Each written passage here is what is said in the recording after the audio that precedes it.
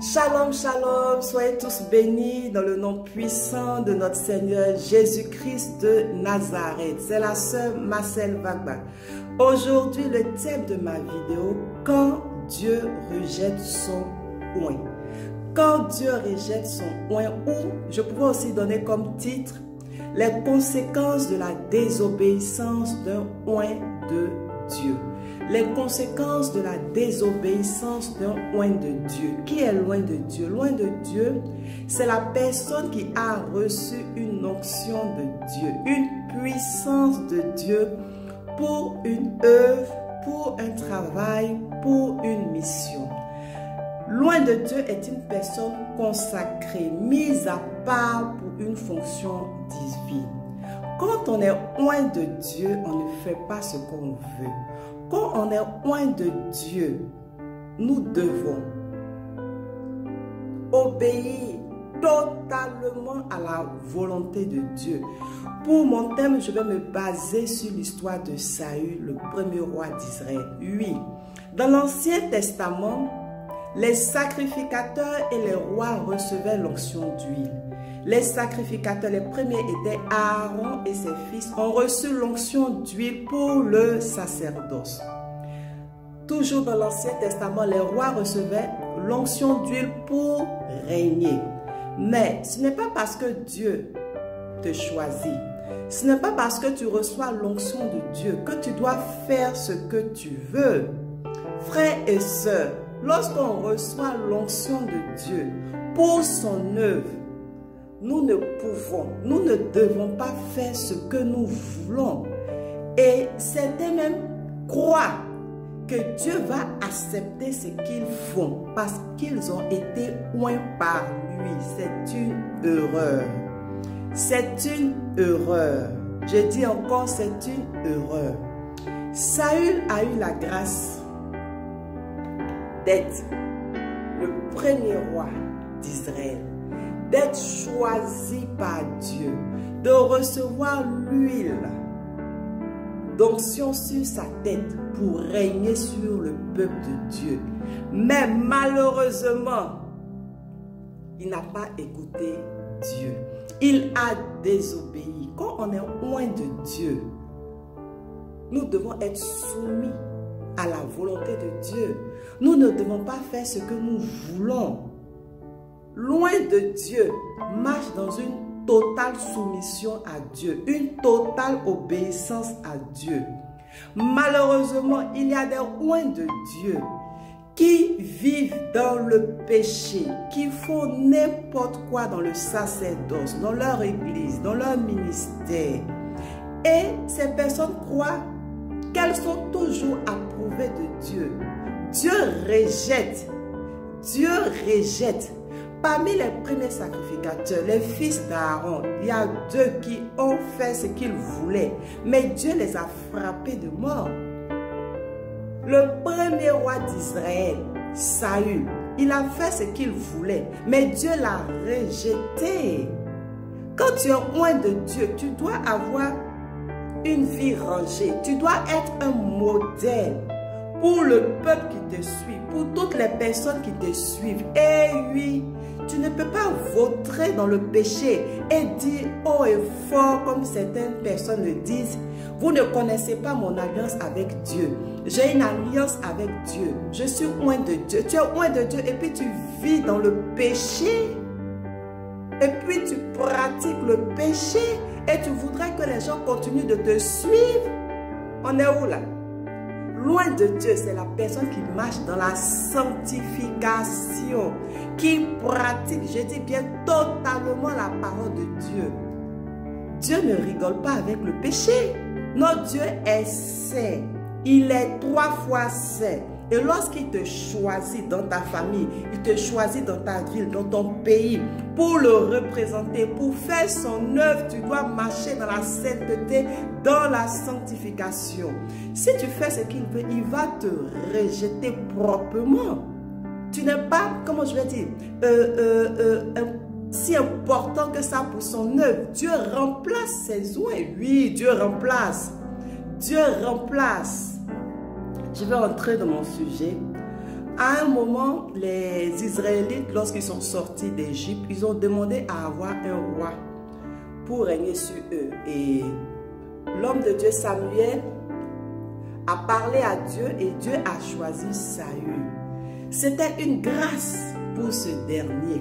Mais hélas, souvent quand Dieu nous choisit, l'orgueil, si je peux dire, nous remplit. Et oui, on se croit tellement supérieur aux autres, différent des autres. On se permet souvent de faire ce qu'on veut. Quand Dieu te met à la tête de son peuple, quand Dieu te donne une église, un ministère à gérer, tu ne dois pas faire ce que tu veux. Eh oui, tu ne dois pas faire ce que tu veux et Dieu sera obligé de t'accepter. Ah non, ah non. Malheureusement, comme je disais, Saül a péché. J'ai pu trouver 2 désobéissances de Saül dans la Bible qui ont amené Dieu à le rejeter. La première désobéissance, vous pourrez lire tout le chapitre de 1 Samuel 13. Au cours d'une guerre entre Israël et les Philistins, Saül a offert un holocauste à Dieu. Cela ne lui était pas permis. C'est l'homme de Dieu Samuel qui avait ce droit.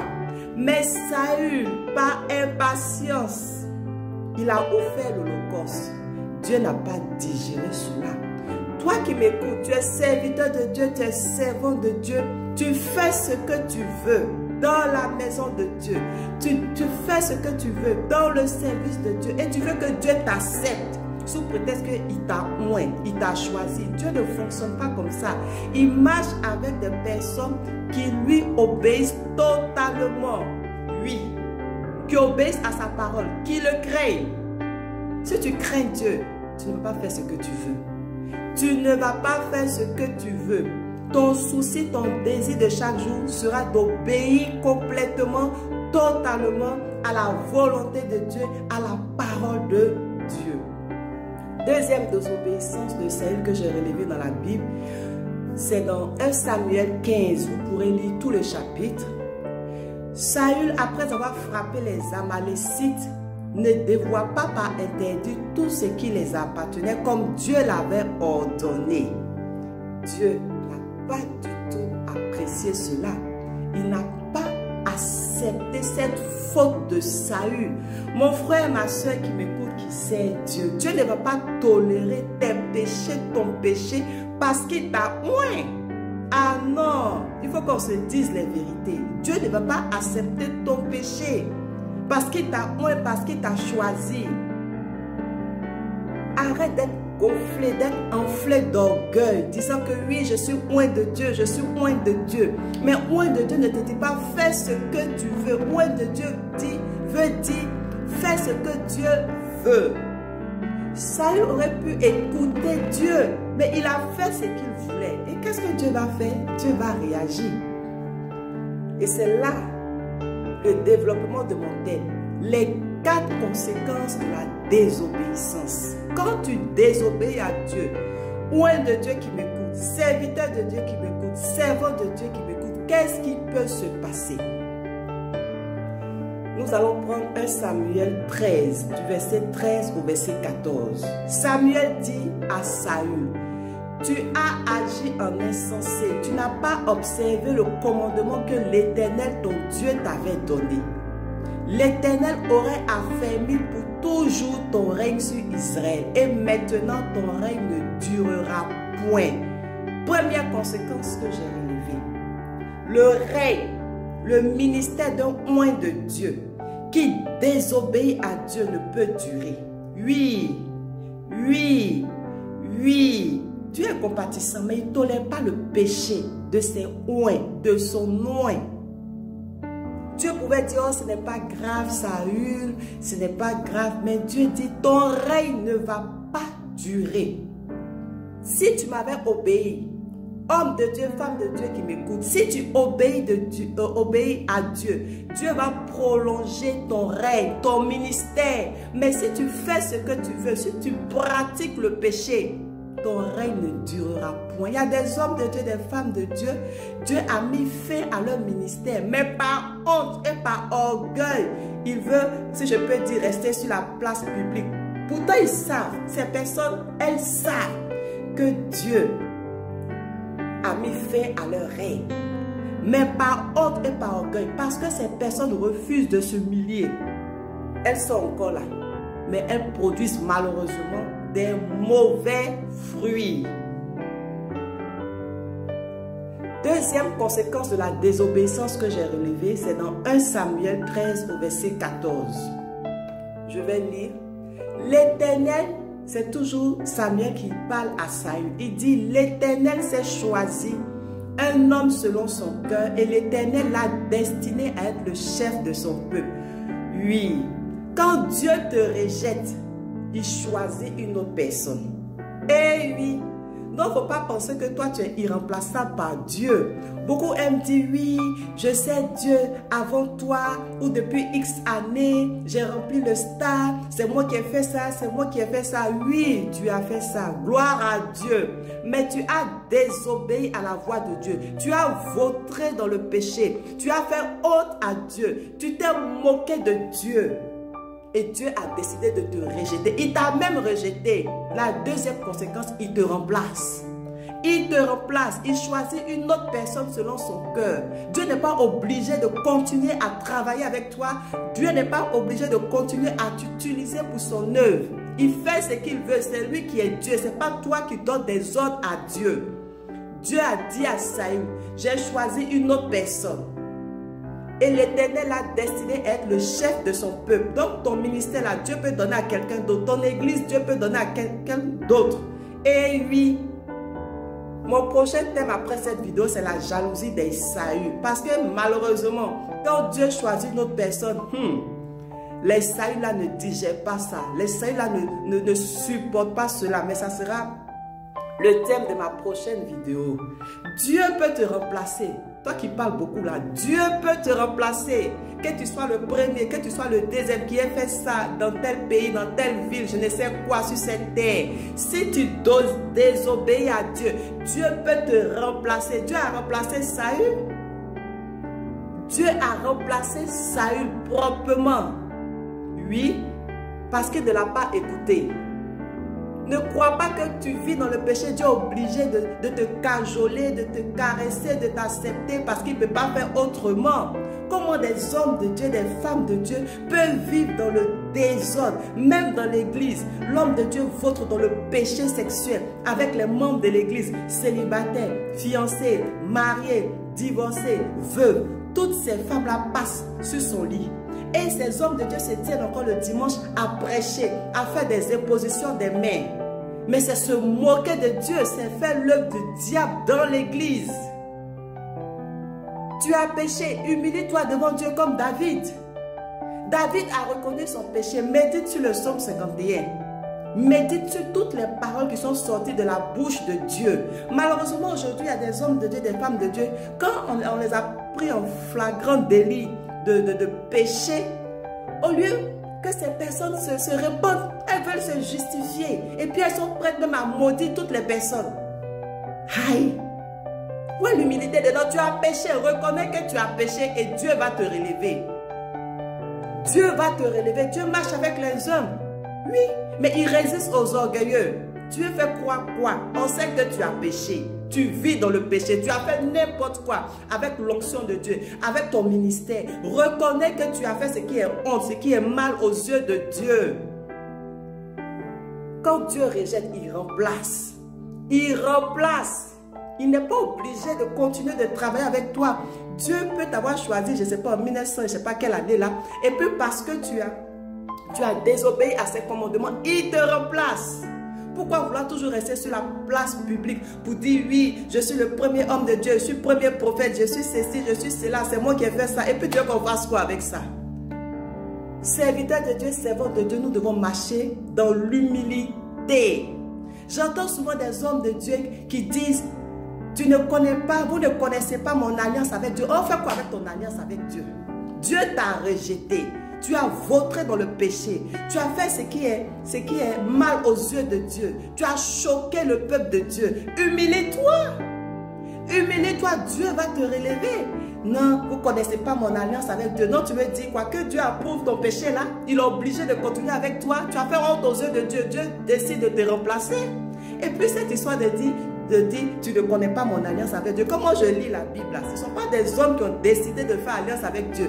C'est Dieu qui a décidé de faire alliance avec des hommes, avec Noé, avec Abraham, avec Isaac. C'est Dieu qui a décidé. Et quand Dieu décide de faire une alliance avec toi, il donne les engagements à respecter.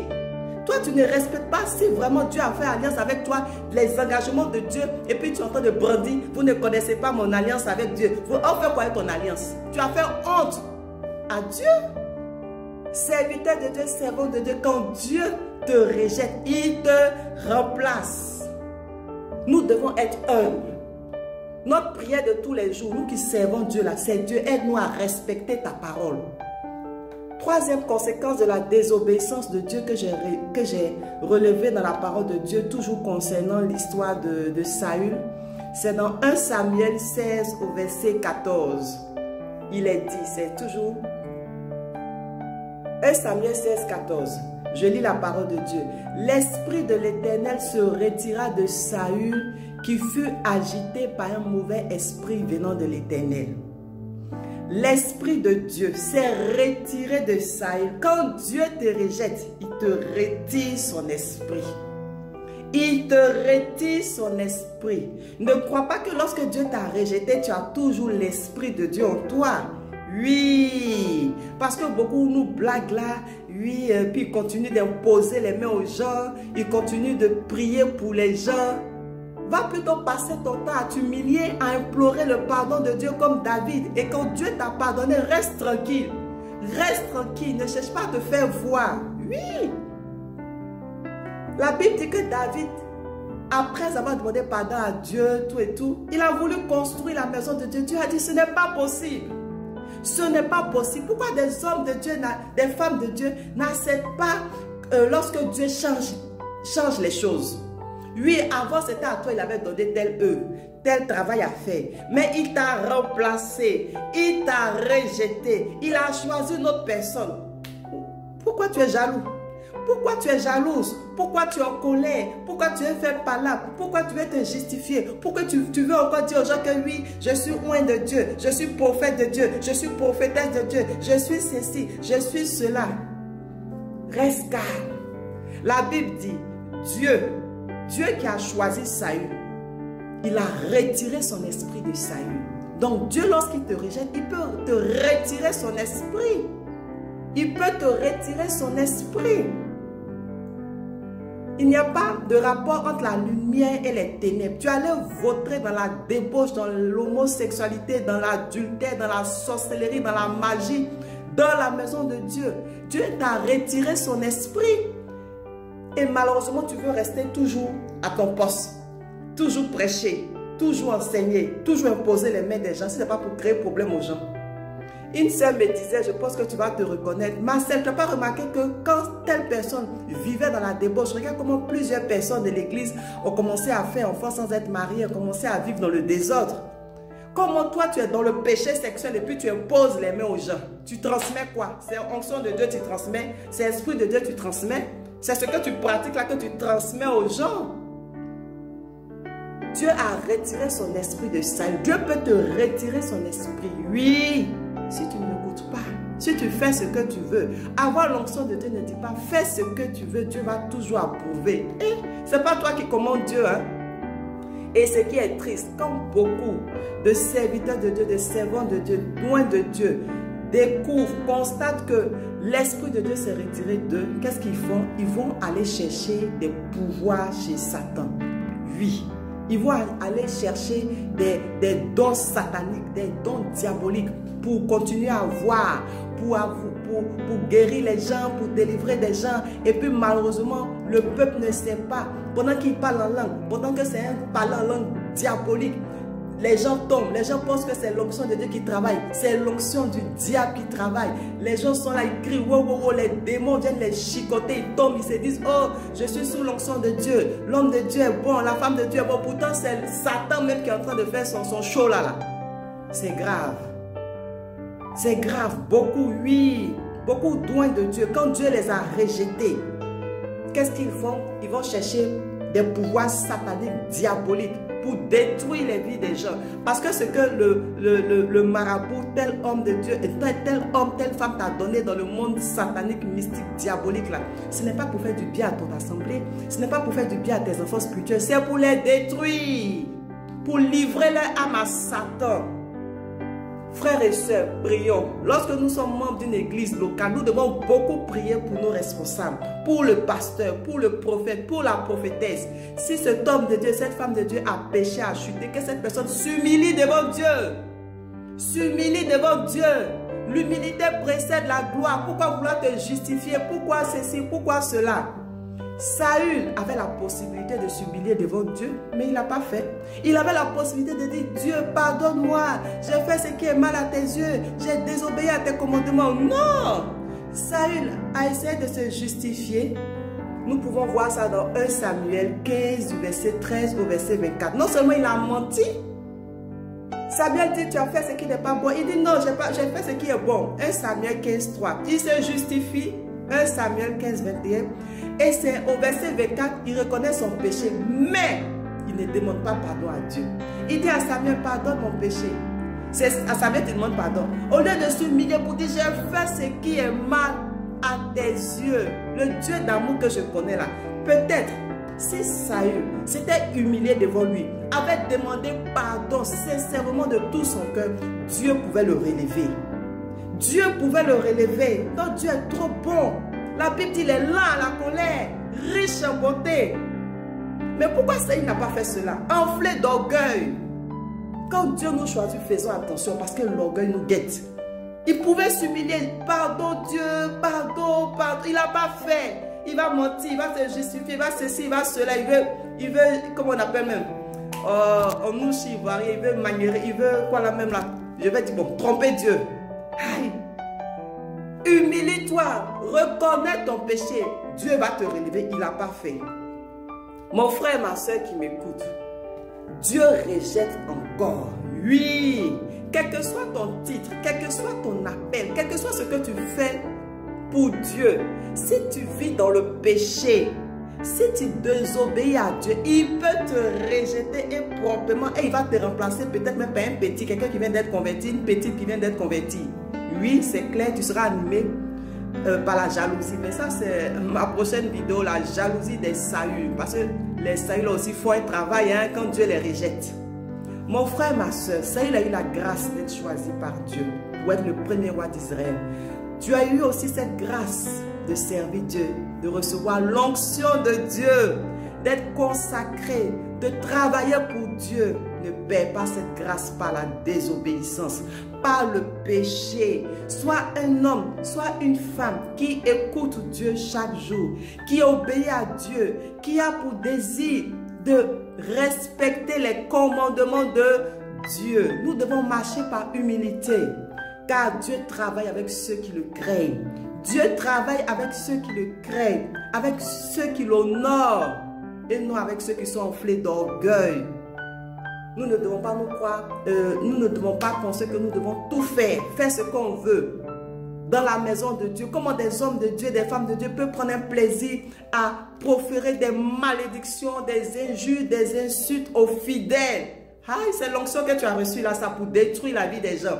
Parce que ces paroles négatives là agissent malheureusement. Et oui, nous devons bénir quand Dieu nous choisit, quand Dieu nous appelle, quand Dieu nous donne son onction. C'est pour aider et non pour faire du mal. Frères et sœurs, j'espère que cette courte exhortation t'a fait du bien.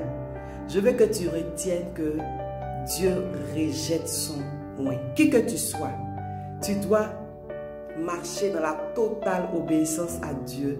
Tu dois être humble. Tu dois fuir le péché. Fuis le péché, marcher dans la sanctification et cela pour toute ta vie. Quand je remonte à l'histoire des premiers sacrificateurs, ils entraient dans le sacerdoce à 25 ans, si je ne me trompe pas, ils sortaient à 50 ans, ils arrêtaient.